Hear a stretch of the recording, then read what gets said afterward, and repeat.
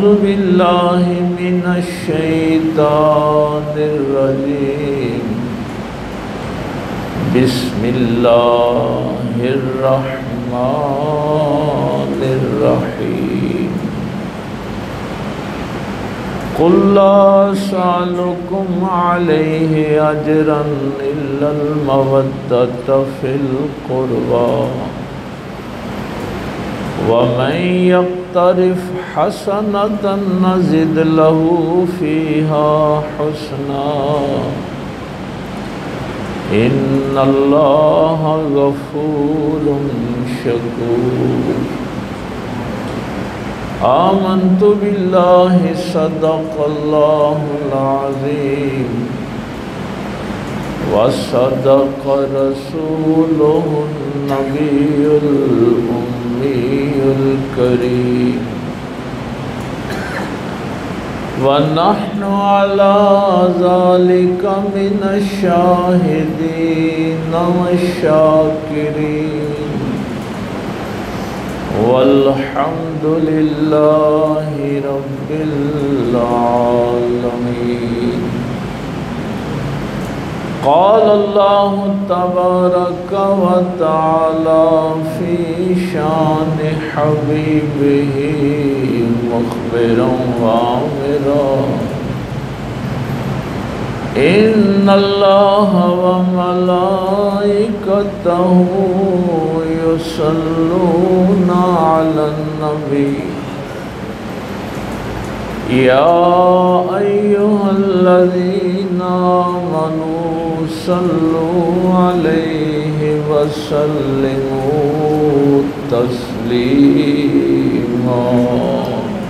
اللهم صل على سيدنا ومولانا محمد وعلى آل سيدنا ومولانا محمد وبارك وسلم اللهم صل على سيدنا ومولانا محمد وعلى آل سيدنا ومولانا محمد وبارك وسلم اللهم صل على سيدنا ومولانا محمد وعلى آل سيدنا ومولانا محمد وبارك وسلم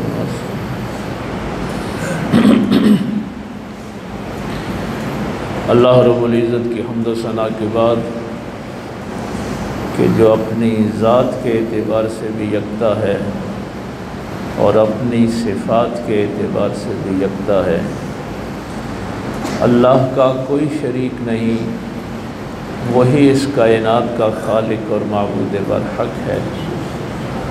اسی نے انسان کو اشرف المخلوقات بنایا اور ہم سب نے پلٹ کر اسی اللہ کے حضور پیش ہونا ہے۔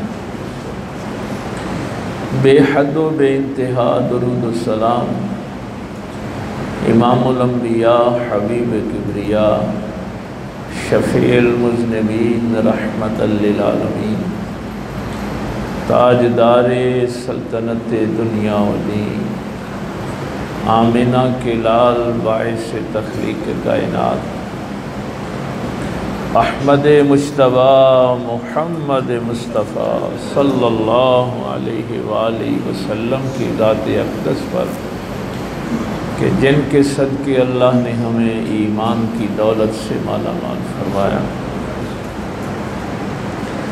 نہایت واجب الاحترام معزز سامعین، بزرگوں، دوستوں، عزیز بھائیوں، اس محرم کا ہمارا عنوان نظریے کا شرک ہے۔ آپ کو میں ہر جمعے جب سے محرم شروع ہوا ہے یہ بات یاد کروا رہا ہوں کہ حسین رضی اللہ تعالیٰ عنہ کا توحید سے تعلق ہے۔ کربلا کو آپ نے توحید خداوندی کے حوالے سے دیکھنا ہے۔ اور جب آپ کسی بت کو سجدہ کرتے ہیں، کسی پتھر کو، شجر کو، چاند سورج ستاروں کو، تو یہ شرک بہت بعد میں آتے ہیں۔ پہلا شرک جو ہوتا ہے وہ نظریے میں ہوتا ہے، نظریے کے بت کی پوجا کرتے ہیں۔ تو اگر آپ نظریہ توحید رکھیں گے تو ہر قسم کے شرک سے آپ پاک رہیں گے، لیکن اگر نظریے میں توحید نہیں رہی تو پھر ہر مرحلے میں آپ اللہ کے سوا جو ہیں ان کو پوجنا شروع کر دیں۔ بس کربلا کا پیغام یہی ہے کہ کچھ بھی ہو جائے تمہارے نظریہ توحید میں کوئی کمی بیشی نہیں ہونی چاہیے۔ آج میں نے یہ سورہ شورا سے جو آیا مبارکہ تلاوت کی ہے، مشہور آیت ہے، اس پہ بہت گفتگو ہوتی ہے۔ اس آیت کو آیہ مودت بھی کہتے ہیں۔ ویسے تو قرآن کریم کا ہر سورہ بے مثال ہے، لیکن کچھ آیتیں، کچھ سورتیں جو ہیں وہ بہت فضیلت والی ہیں۔ یہ آج موضوع نہیں ہے، بس ایک اشارہ جو قرآن کریم نے کیا، تِلْكَ الرُّسُلُ فَضَّلْنَا بَعْضَهُمْ عَلَىٰ بَعْضٍ، جیسے اللہ نے رسولوں کو بعض رسولوں پہ فضیلت دی ہے، اسی طرح قرآن کی کچھ آیتوں کو کچھ دوسری آیتوں پہ فضیلت ہے۔ ہاں، ویسے تو ظاہر ہے اللہ کا کلام ہے، خالق کا کلام ہے۔ ایمان کے اعتبار سے ہمیں یہی کہا ہے لا نفرق بین احد من رسل، جہاں تک نبوت اور رسالت کا معاملہ ہے تو تم نے رسولوں میں فرق نہیں کرنا، لا نفرق بین احد من رسل، یعنی آپ نبوت اور رسالت کے اعتبار سے فرق نہیں کر سکتے، لیکن فضیلت کے اعتبار سے اللہ نے بعض کو بعض پہ فضیلت دی۔ یہ قرآن کریم کا موضوع۔ اسی طرح یہ جو آیا مبارکہ ہے، اس کو بھی بڑی فضیلت اللہ نے عطا کی۔ اس کا سبب نزول کچھ یوں ہے کہ کچھ صحابہ کرام نے جو کچھ ان کے پاس تھا وہ پاک پیغمبر صلی اللہ علیہ وسلم کی بارگاہ میں پیش کیا۔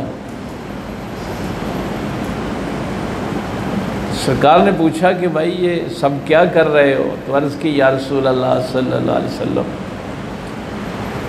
آپ نے ہم تک یہ جو دین پہنچایا ہے اس کے لیے بڑی محنت کی، بہت تکلیفیں برداشت کی،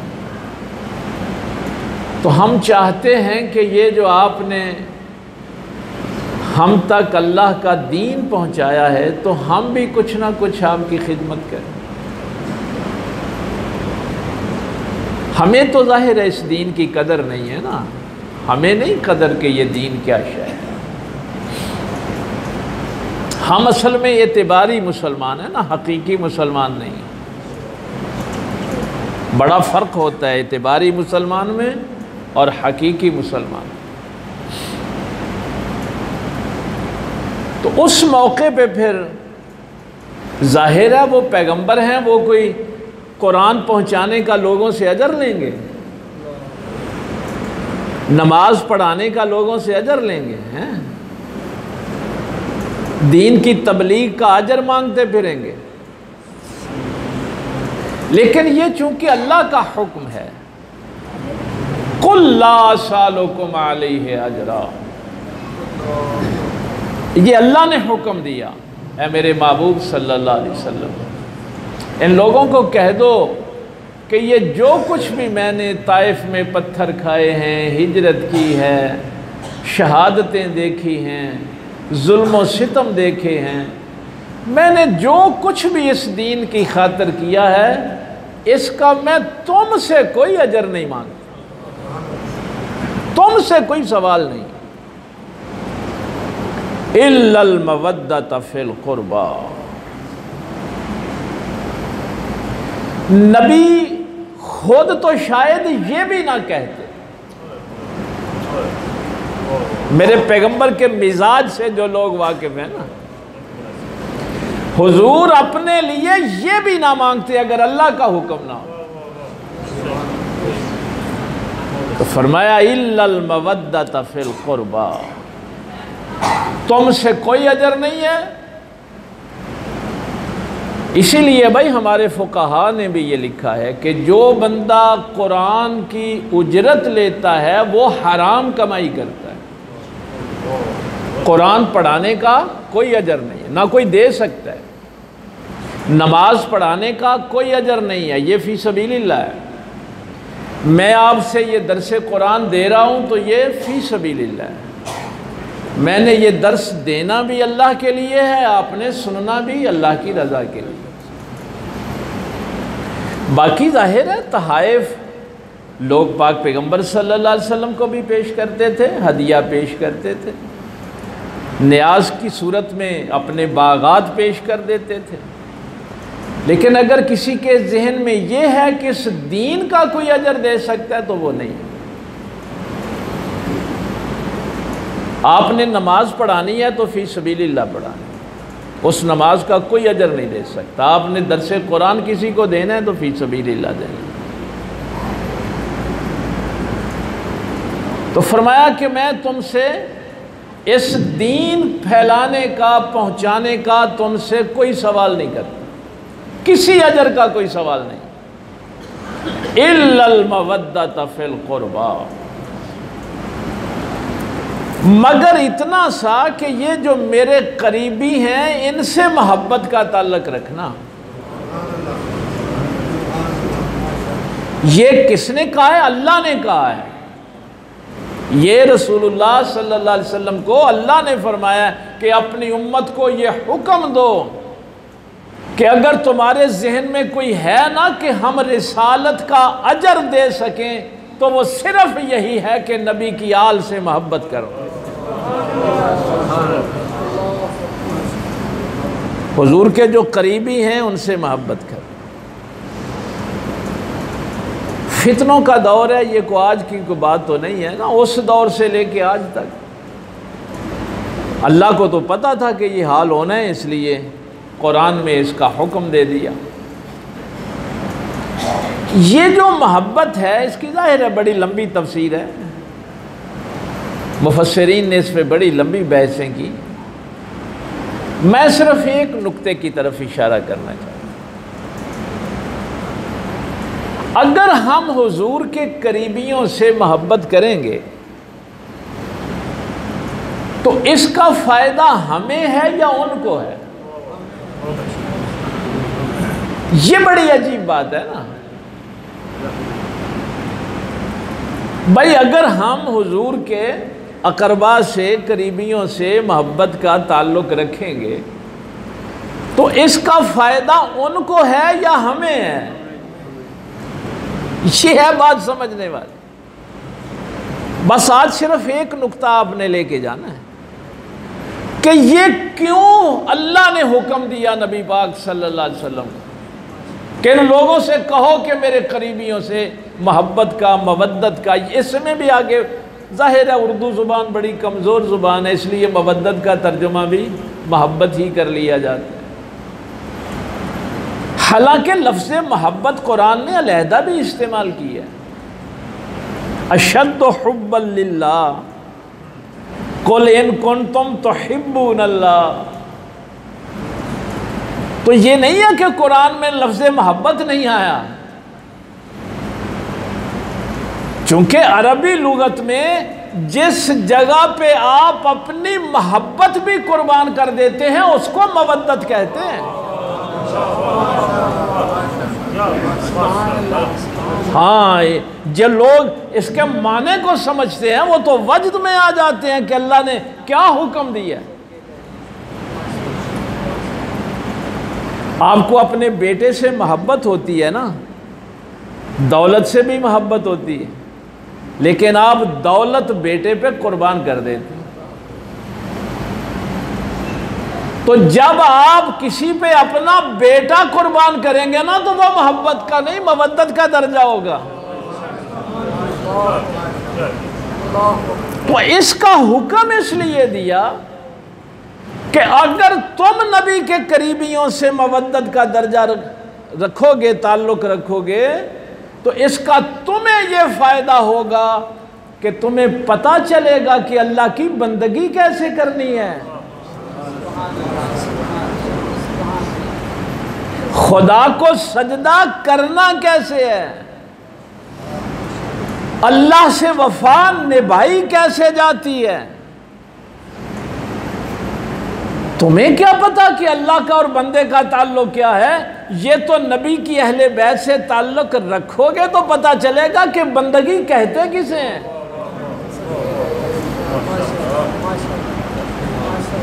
ہمارے ہاں دیکھیے، یہ میرے پاس کیا ہے اللہ کی بارگاہ میں دینے کے لیے؟ سب سے بڑی چیز تو جان ہی ہے نا۔ او بھائی، اس جان کے لیے میں سب کچھ قربان کر دیتا ہوں۔ بندے کے پاس جو آخری چیز ہے دینے کے لیے وہ جان ہی ہے۔ تو وہ غالب کا مشہور شعر میں نے کئی دفعہ آپ کو سنایا کہ جان دی ہوئی اسی کی تھی۔ او بھائی، اگر تو نے جان بھی اللہ کی راہ میں قربان کی ہے تو اس میں کیا کیا ہے؟ جان دی ہوئی اسی کی تھی، اس میں تیرا کیا تھا؟ یہ جان بھی تو اللہ کی دی ہوئی تھی۔ اگر تو نے دے دی ہے تو اپنا تو کچھ نہیں دیا نا، اس کی دی ہوئی جان اس کی راہ میں دی ہے۔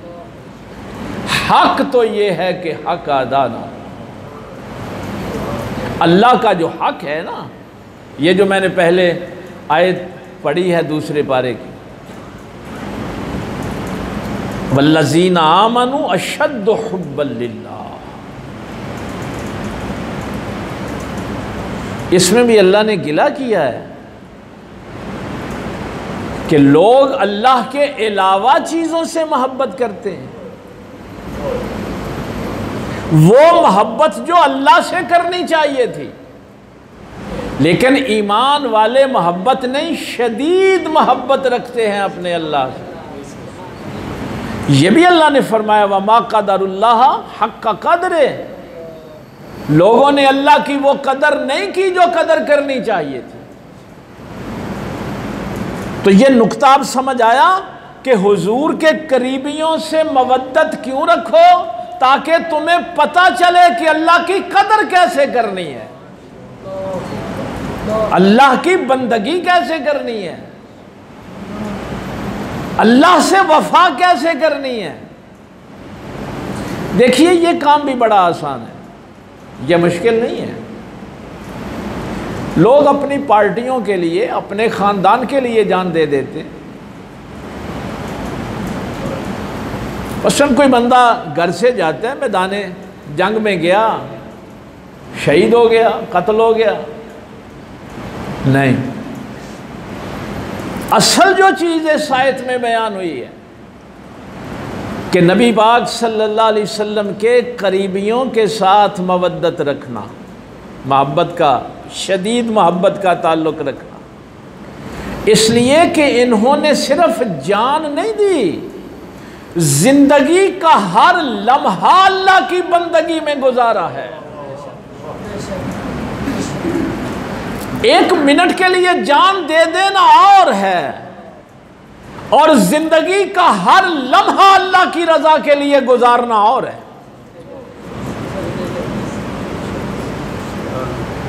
قربا یہ تفضیل کا صیغہ ہے جسے آپ انگریزی میں سپرلیٹو ڈگری کہتے ہیں۔ انگریزی میں آپ ظاہر ہے یہ بچے ذرا جلدی سمجھ جاتے ہیں۔ سپرلیٹو ڈگری آخری درجہ جو ہوتا ہے۔ مثلا میں چھوٹی مثال دیتا ہوں سادہ سی۔ کبیر کا معنی ہے بڑا، اور اکبر کا معنی ہے بہت بڑا، یعنی آخری درجہ ہے۔ کبیر بڑا ہوتا ہے اور اللہ اکبر کہتے ہیں نا آپ۔ اللہ اکبر یعنی بڑائی کا سب سے آخری درجہ۔ صغیر کا معنی ہوتا ہے چھوٹا، اس کی سپرلیٹو ڈگری ہے اصغر، سب سے چھوٹا۔ یہاں پہ لفظ آیا ہے قربا، ایک ہوتا ہے قریب، یہاں لفظ آیا ہے قربا، تفضیل کل ہے، جو نبی کے سب سے زیادہ قریب ہیں۔ نعرہ تکبیر، نعرہ رسالت، نعرہ حیدری، حضور قبلہ عالم، آستانہ آریہ نگر شریف۔ یہ بات ذہن میں رکھنا، قرآن کریم ہے، خالق کا کلام ہے۔ قربا جو نبی پاک کے سب سے زیادہ قریب ہے، ان سے زیادہ اور کوئی قریب نہ ہو، تو ان میں وہ لوگ، ایک تو آپ ظاہر ہے میں وہ ساری آیتیں تو اس وقت نہیں پڑھ سکتا، وقت کم ہے، بس صرف وہ جو چادر کے نیچے ہیں ان کو یاد رکھنا، جن کو چادر کے نیچے لے کے کہا تھا نا اللہم ہؤلاء اہل بیتی، یا اللہ یہ ہے میرے اہل بیت، حسین منی، حسین مجھ سے ہے، حسن منی، فاطمہ تو بذات منی، علی منی، جن جن کو منیت کا درجہ دیا ہے وہ ہیں قربا، جو سب سے زیادہ پیغمبر کے قریب ہیں۔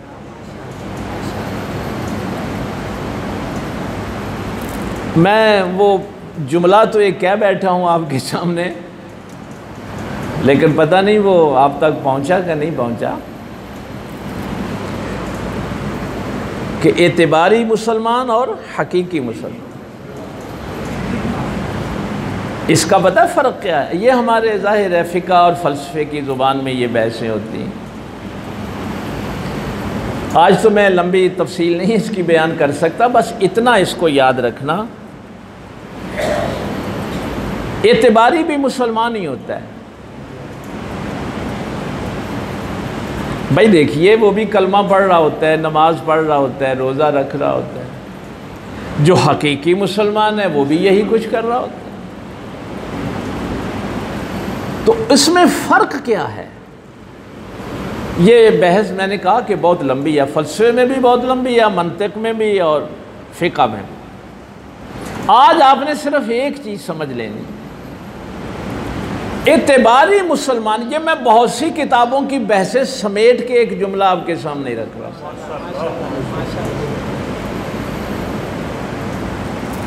اعتباری مسلمان، اعتباری مسلمان کلمہ تو پڑھتا ہے، نماز بھی پڑھتا ہے، روزہ بھی رکھتا ہے، حج بھی کرتا ہے، لیکن اگر کبھی ایک طرف دنیا آ جائے اور ایک طرف دین آ جائے تو جو دین قربان کر کے دنیا حاصل کر لے وہ اعتباری ہوتا ہے، جو دنیا قربان کر کے دین بچا لے وہ حقیقی ہوتا ہے۔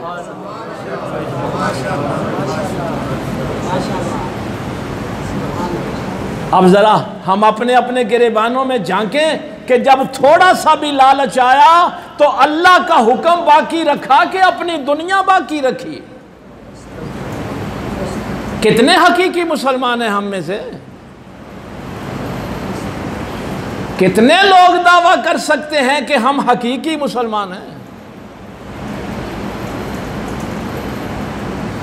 تھوڑا سا خدشہ ہوا اس دن جو میں نے کہا تھا کہ جب اللہ تعالیٰ بار بار یہ فرماتا ہے کہ سچوں کے ساتھ ہو جاؤ، قرآن کی ساری تعلیم ہی یہی ہے، تمہارے پیغمبر کی معرفت کیا ہے کہ وہ صادق اور امین ہے، اور بھائی یہی پہچان ہے نا رسول اللہ صلی اللہ علیہ وسلم، تو پھر امت جھوٹ کیوں بولتی ہے؟ تو میں نے آپ سے یہ بات کی تھی کہ آپ جھوٹ کے، حالانکہ آپ کو بھی پتہ ہے کہ جھوٹ بری چیز ہے، جھوٹ پہ اللہ کی لعنت ہے، جھوٹا انسان کبھی کامیاب نہیں ہو سکتا، پھر جھوٹ کیوں بولتے ہیں؟ جہاں پر آپ کو ڈر ہو کہ میرا نقصان ہو جائے گا، مثلاً آپ نے دیکھا کہ بھائی اگر میرا یہ سودا نہ بکا تو میرا نقصان ہو جائے گا، اس لیے تم اپنے سودے کا عیب نہیں بتاتے کسی کو۔ اور اللہ رسول کا حکم کیا ہے؟ کسی مومن کے لیے یہ جائز ہی نہیں ہے کہ وہ چیز فروخت کرے اور اس کا عیب کسی کو نہ بتائے۔ حقیقی مسلمان وہ ہے جب وہ اپنی چیز فروخت کرے گا تو اس چیز کا عیب سب سے پہلے بتائے گا۔ اب دیکھ لیں ہم میں سے کتنے مسلمان رہ گئے۔ اب یہ حقیقی مسلمان وہی بنے گا جس کا کربلا والوں سے تعلق ہوگا۔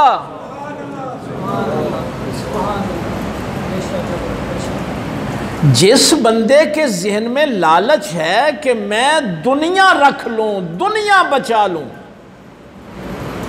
دین جاتا ہے تو جائے، اللہ کا حکم پامال ہوتا ہے تو ہو جائے، رسول اللہ کا حکم جاتا ہے تو چلا جائے، میری دنیا بچ جائے، وہ اعتباری مسلمان ہوتا ہے، حقیقی نہیں ہوتا۔ کلمہ پڑا ہے اس میں۔ یہ اعتباری کا لفظ چونکہ ٹیکنیکل لفظ ہے کہ وہ صرف لوگوں میں چاہتا ہے کہ میرا اعتبار ہو کہ میں مسلمان ہوں، ایسی شکل و صورت بنا لیتا ہے۔ لیکن حقیقی مسلمان ایسا نہیں کر سکتا۔ اس کا تو نوکر آ کے صبح یہ بتائے نا کہ میں نے دکان کھولی تھی تو گھی کے ایک مٹکے میں چوہا مرا ہوا پڑا تھا،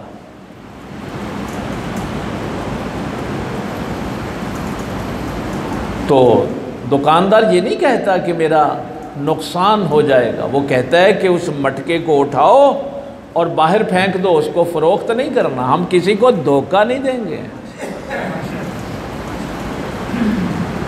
حقیقی مسلمان کی نشانی یہی ہے کہ وہ کسی کو دھوکہ نہیں دیتا۔ میں کبھی علماء کی محفل میں بھی، یہ تو میں نے پچھلے جمعے بھی آپ سے عرض کیا تھا نا کہ یہ فتنوں کے احادیث میں جتنے ابواب ہیں کہ مسجدیں رہ جائیں گی، ہدایت نہیں ہوگی، مسجدیں نمازیوں سے بھری ہوں گی، یہ فتنوں کے دور کی جو نبی پاک نے نشانیاں بیان فرمائی، مسجدیں نمازیوں سے بھری ہوں گی لیکن ہدایت سے خالی ہوں گی، قرآن کے صرف حروف اور الفاظ رہ جائیں گے، یہ لوگ قرآن پڑھیں گے حلق سے نیچے دل میں اترے گا ہی نہیں۔ اس حدیث کے آخر میں یہ بات چونکہ میں بیان کر چکا ہوں اس لیے مجھے ذرا دہرانا اچھا نہیں لگتا، تو کیا فرمایا تھا پاک پیغمبر صلی اللہ علیہ وسلم نے؟ کیا فرمایا تھا؟ اس دور میں اس زمین پر اور اس آسمان کے نیچے بدترین مخلوق علماء ہوں گے، ہر فتنہ انہی سے پھوٹے گا اور انہی میں پلٹ جائے گا۔ آج اگر کوئی صحابہ کا بے ادب ہے تو کسی مولوی کے کہنے پہ ہے، اگر آج کوئی یزید کو امیر المومنین کہتا ہے تو وہ کسی مولوی کے کہنے پہ کہتا ہے نا۔ یہ جتنے فتنے اس وقت زمین پہ ہیں ان مولویوں کے بنائے ہوئے ہیں۔ اللہ نے کیا بات ارشاد فرما دی تھی کہ ان فتنوں سے بچنا ہے تو نبی کے قریبیوں کا دامن پکڑ لے، بھائی کسی اور طرف نظر نہ کر۔ اچھا وہ پھر جب میں کبھی جاتا ہوں پھر مجھ سے ناراض بھی ہوتے ہیں، وہ پھر یہ حدیث شریف سناتے ہیں نا، علماء ورثۃ الانبیاء، کہ علماء تو نبیوں کے وارث ہوتے ہیں، ہم نبیوں کے وارث ہیں۔ میں کہتا ہوں قرآن کہتا ہے کہ نبی کے وارث کی ایک ہی نشانی ہے، جو نبی کا وارث بننا چاہتا ہے نا، اس کی ایک ہی نشانی ہے، جیسے نبی پاک نے فرمایا نا کہ میں اس دین کی تبلیغ کا کوئی اجر نہیں مانگتا، نبی کا وارث بھی کبھی دین کا اجر نہیں مانگے گا۔ نعرہ تکبیر، نعرہ رسالت، نعرہ حیدری، حضور قبلہ عالم، آستانہ عالیہ نگر شریف۔ یہ چند ٹکوں کی خاطر فروخت ہونے والے نبی کے وارث ہوتے ہیں۔ بابا فرید نے لوگوں سے کیا اجر مانگا تھا تبلیغ کا؟ کوئی بتائے نا، غریب نواز خواجہ معین الدین چشتی نے کیا اجر ہندوؤں سے مانگا تھا تبلیغ کا؟ نبی کا وارث کبھی بھی دین کا اجر نہیں مانگے گا۔ یہ کیسے ہو سکتا ہے کہ وارث وہ ہو رسول اللہ کی مسند کا اور لوگوں کے سامنے ہاتھ پھیلاتا پھرے؟ جھوٹے ہیں وہ لوگ جو دنیا کمانے کی خاطر کہتے ہیں کہ ہم نبی کے وارث ہیں۔ پیغمبر کے وارث دیکھنے ہوں تو کربلا والوں کو دیکھو،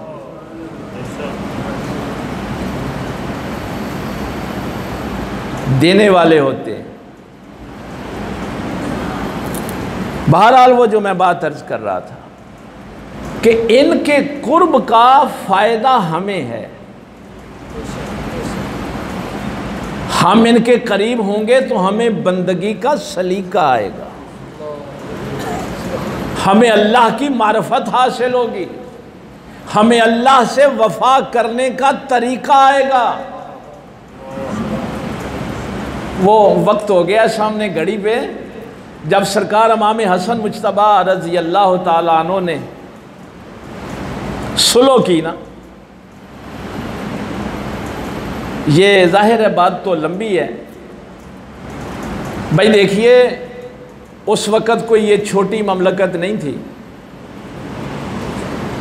ادھر ایران فتح ہو چکا تھا، ادھر آذربائیجان آرمینیا تک سرحدیں تھیں،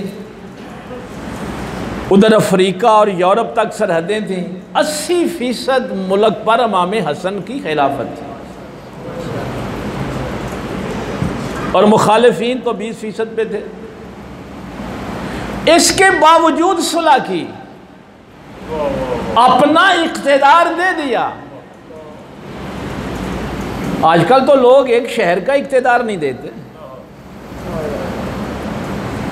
میں صرف ایک اشارہ کر رہا ہوں کہ اللہ نے کیوں کہا ان کا دامن پکڑ کے رکھنا، تمہیں زندگی گزارنے کا سلیقہ تو آئے۔ جب آپ مدینہ شریف واپس گئے تو لوگوں نے تانے دینے شروع کر دیے، حالانکہ پاک پیغمبر صلی اللہ علیہ وسلم کی پیشین گوئی تھی کہ یہ میرا بیٹا سردار ہے، یہ مسلمانوں کے 2 گروہوں میں صلح کروائے گا۔ لیکن پھر بھی لوگ جب آپ بازار میں نکلتے تو لوگ تانا دیتے، اس نے ہماری ناک کٹوا دی، اس نے ہمیں بے عزت کروا دیا، ہمارے پاس فوج بھی تھی، سلو کر لی۔ یعنی دین کی اپنا سب کچھ دیا بھی اور لوگوں کے تانے بھی سننے کو ملے۔ امام حسن مجتبیٰ کا یہ میں ایک جملہ آپ کو پہنچانا چاہتا ہوں، رسول اللہ صلی اللہ علیہ وسلم کے فرزند ہیں، یہ قرآن نے کہا ہے۔ آپ نے ایک دن ان لوگوں کو بلا کے کہا، یار تم کیسے لوگ ہو جو اپنا حق دے اس کو تانا نہیں دیتے؟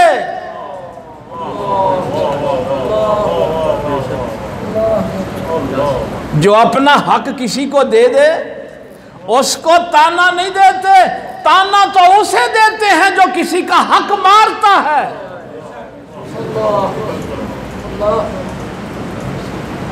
جو کسی کا حق مارے تانا اس کو دو، جو کسی کا حق مارتا نہیں بلکہ اپنا حق بھی دے دیتا ہے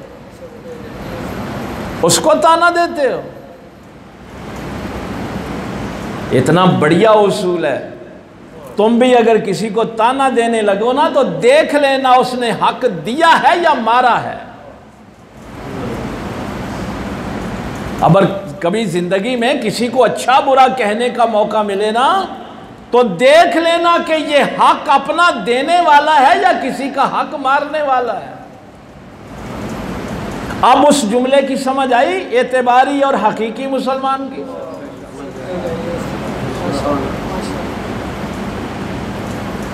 جو دین بیچ کر دنیا بناتے ہیں، وہ تاجر ہوں، وہ سیاستدان ہوں، وہ علماء ہوں، وہ اساتذہ ہوں، دکاندار ہوں، دودھ بیچنے والے ہوں، کوئی بھی ہو، اگر اس نے دنیا بنانے کے لیے دین برباد کر دیا اعتباری ہے، اور اگر دین بچانے کے لیے دنیا قربان کر دی تو حقیقی مسلمان. اور حقیقی مسلمان کبھی بھی رسول اللہ صلی اللہ علیہ وسلم کے قریبیوں کے ساتھ تعلق رکھنے کے بغیر بن نہیں سکتا. یہ سلیقہ آئے گا ہی وہاں سے. تو اللہ تعالیٰ نے یہ نبی پاک صلی اللہ علیہ وسلم کو حکم دیا. آیت کا اگلا حصہ تو رہ ہی گیا. کیا میرے رسول صلی اللہ علیہ وسلم ان لوگوں کو فرما دو کہ میں تم سے کوئی اجر رسالت نہیں مانگتا. اس دین کے لیے میں نے جو کچھ بھی کیا ہے اس کا تم سے کوئی اجر نہیں مانگتا. بس میرے اللہ کا حکم ہے کہ اگر کچھ کرنا چاہتے ہو تو میرے قریبیوں سے مودت کرو، میرے قریبیوں سے محبت کرو. میں کبھی جب ظاہر ہے آج کل تو مولوی ہیں ہی ایسے، شیخ سعدی علیہ رحمہ کے یہ جملے کبھی یار سوچا تو کریں، کبھی ذہن میں، یعنی اللہ کی بارگاہ میں دعا کرنی ہے نا، دعا تو اللہ سے کرنی ہے، مانگنا اللہ سے. کیا دعا کی اللہ سے، کیا معرفت ہے دین کی. الہی بحق کے بنی فاطمہ کہ برقول ایماں کنی خاتمہ. مولا کریم فاطمہ کے بیٹوں کا صدقہ میرا خاتمہ ایمان پہ یہ ہیں جن کو قرآن کی معرفت حاصل ہے، جن کو نبی پاک کے دین کی خبر ہے، اللہ سے مانگ رہے ہیں. بھائی سب سے بڑی کامیابی تو یہی ہے نا کسی کا خاتمہ ایمان پہ ہو جائے. اس سے بڑا کامیاب انسان کوئی نہیں ہے. انما الاعمال بالخواتیم، خاتمہ ایمان پہ ہوگا تو تمہارے اعمال بھی تمہارے کام آئیں گے. کر دعوت ہم رد کنی ورکو. عقیدہ بھی کیا بیان کیا. یہ جو تمہارے ذہنوں میں ہے نا کہ شاید فلاں ہمارا پیر جو ہے وہ اللہ سے جھگڑ کے ہمیں بخشوا لے گا، شیخ سعدی کہتے ہیں نہیں، تو مالک ہے، تو میرا مالک ہے، تجھے اختیار ہے تو میری دعا کو قبول کرے یا رد کرے. میں تو عاجز ہوں نا، میں تو عاجز انسان ہوں. تو مالک و مختار ہے، تو میری دعا کو رد بھی کر سکتا ہے، قبول بھی کر سکتا ہے. منو دست و دامان آل رسول. میرے مالک، میرے خالق، میرے پالنے والے، بس اتنا دیکھ لینا کہ جب میں تجھ سے مانگتا ہوں تو تیرے نبی کی آل کا دامن پکڑ کے مانگتا ہوں. یہ دیکھ لے کہ میرے ہاتھ میں دامن کس کا ہے. میں فاطمہ کے بیٹوں کا واسطہ لے کے آیا ہوں تیری بارگاہ. آج تو وقت ہو گیا. اب کہیں گے کہ شیخ سعدی کو دعا کرنے کا سلیقہ نہیں آتا. نہیں، قرآن کہتا ہے وَأَنزَلْنَا مِنَ السَّمَاءِ مَاءً، آسمانوں سے پانی ہم نازل کرتے ہیں. خرج من الثمرات رزقا لکم، آسمانوں سے پانی نازل ہوتا ہے تو ثمرات، پھل، سبزیاں، سب کچھ پیدا ہوتے ہیں. میں تفصیل میں نہیں، یہ آیت صرف آپ کو بتا رہا ہوں. یہ دعا شیخ سعدی کی آپ کو بتا، ایک اشارے میں پانی اللہ کہاں سے، انزلنا من السماء ماء، آسمانوں سے پانی نازل ہوتا ہے، رزق آسمانوں سے نازل ہوتا ہے، لیکن یہاں قرآن کریم نے 4-5 جگہوں پہ اس کا ذکر کیا ہے۔ کبھی غور کرنا کہ آسمان اور زمین کے درمیان بادل بھی ہوتے ہیں، یہ مت خیال کرنا کہ پانی آسمانوں سے آ رہا ہے، آیت یہی کہہ رہی ہے کہ آسمانوں سے آتا ہے، لیکن درمیان میں بادل ہوتے ہیں۔ اب تیری مرضی ہے بادل کو مان لے یا انکار کرے، دے گا وہی آسمانوں سے لیکن درمیان کے واسطے سے دے گا۔ یہ ہے آیت کا سارا مفہوم کہ تمہارا خاتمہ بھی ایمان پہ ہو جائے گا، بخشش بھی ہو جائے گی، زندگی بھی اچھی گزر جائے گی، لیکن درمیان میں یہ جو میرے نبی کی حال ہے نا، اس کا دامن پکڑ کے رکھیں۔ اللہ عمل کی توفیق دے۔ وآخر دعوانا